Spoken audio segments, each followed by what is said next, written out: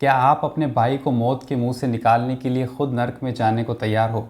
Imagine करो एक brilliant structural engineer जिसके पास यूनिवर्सिटी ऑफ शिकागो की डिग्री है और एक ब्राइट फ्यूचर है। वो अचानक एक बैंक रॉब करता है, लेकिन वो भागता नहीं है। वो वहीं रुकता है ताकि पुलिस उसे पकड़ ले। क्यों? स्क्रीन पर देखो, ये है माइकल स्कोफील्ड। इस मास्टरमाइंड की आंखों में देखो, वहाँ डर नहीं है, एक प्लान दिखाई देता है।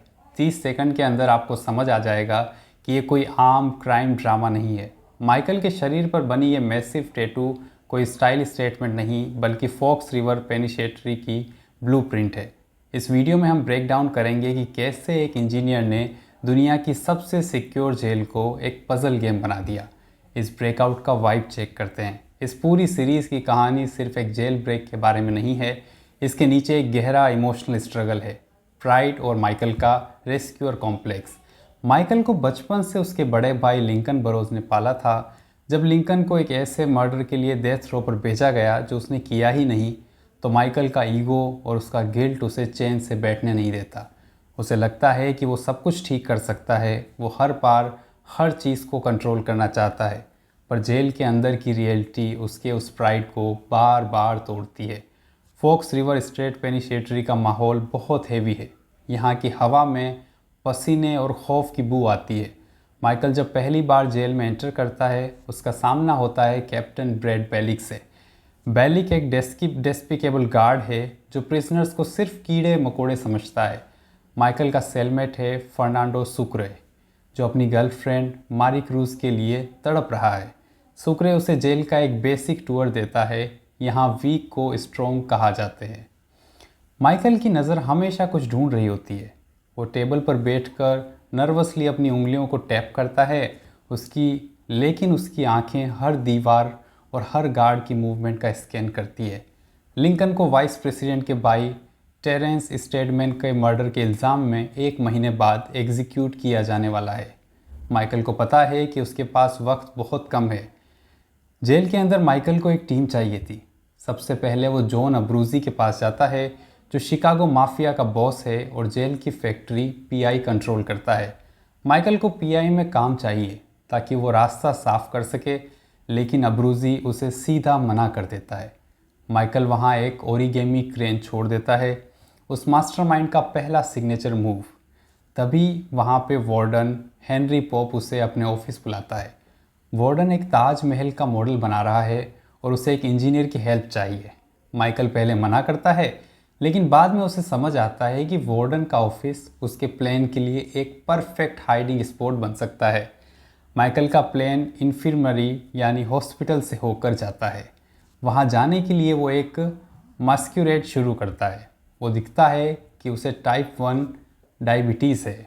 डॉक्टर सारा टेंक्रेडी, जो गवर्नर की बेटी है, उसकी डॉक्टर है। जब सारा माइकल को इंसुलिन शॉट देती है, माइकल की बॉडी में थोड़ी सी कपकपी होती है, पर उसकी बातों में एक अजीब सी शांति भी है। माइकल और सारा के बीच एक स्लो बर्न कनेक्शन होता है, जो इस सस्पेंसफुल स्टोरी में एक इमोशनल मसाला ऐड करता है। लेकिन प्लान में एक बड़ी रुकावट आती है।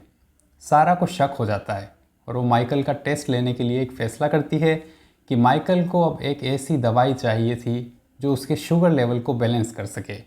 वो सी नोट के पास जाता है, जो जेल का ड्रग गॉड माना जाता है। माइकल उसे पैसे देता है और बदले में पंगनेक पील्स लेता है।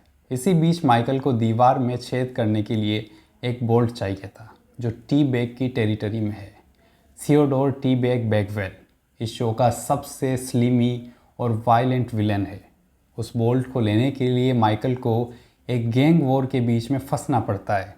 सीन देखो, टी बैग का चेहरा बिल्कुल माइकल के पास है। उसकी आंखों में वो दरिंदगी है जो किसी को भी हिला दे। माइकल उससे डरता नहीं है, पर उसे समझ आता है कि जेल में सिर्फ दिमाग नहीं, पकड़ भी होनी चाहिए। जब जेल में रायट यानी दंगा होता है तो सब कुछ बिखर जाता है।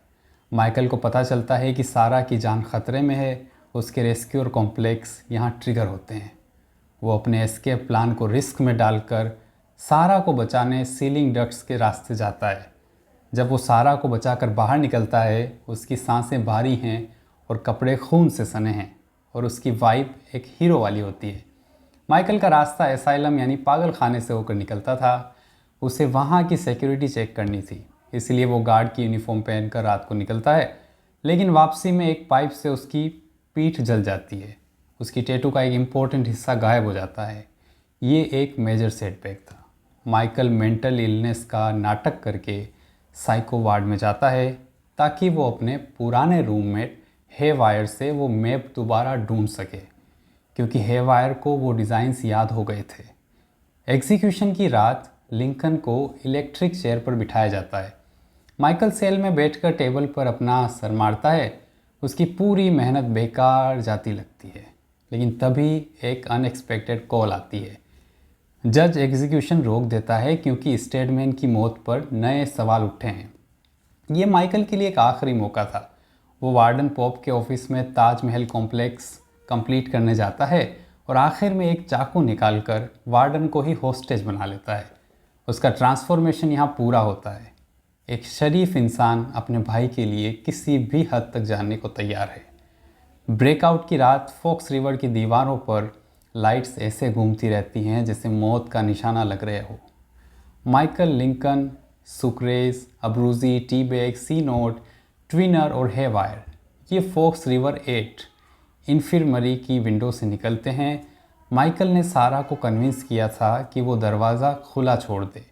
जब माइकल उस वायर पर लटक कर जेल की दीवार क्रॉस करता है, उसके हाथों की चमड़ी जल जाती है, पर वो दर्द महसूस नहीं करता।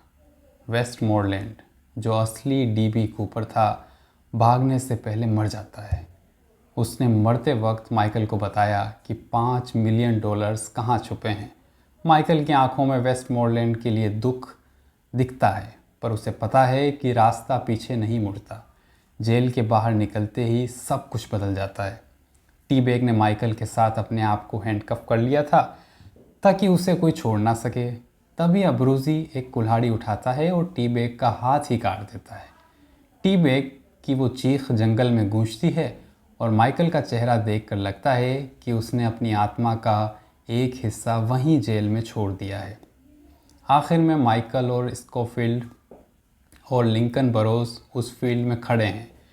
धूल उनके चेहरे पर है और पीछे से पुलिस की सायरन्स की आवाज़ आ रही है।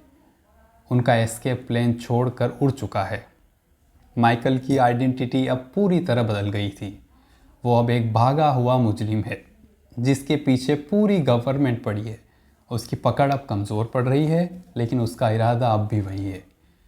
क्लोजिंग शॉट ये हैं कि माइकल ने अपने भाई को तो बचा लिया, पर क्या वो खुद को बचा पाएगा? क्या आप अपने भाई को बचाने के लिए अपनी पूरी ज़िंदगी आग में झोंक सकते हो? माइकल ने ये कर दिखाया है, लेकिन अब मौत उसके पीछे जेल के ब्लूप्रिंट्स लेकर नहीं, बल्कि असली बंदूकें लेकर भाग रही हैं। सीज़न 1 का ये सफ़र ख़त्म हुआ, पर असली खेल तो अब शुरू होगा। अगर आपको ये ब्रेकडाउन पसंद आया है तो चैनल को सब्सक्राइब करना मत भूलना।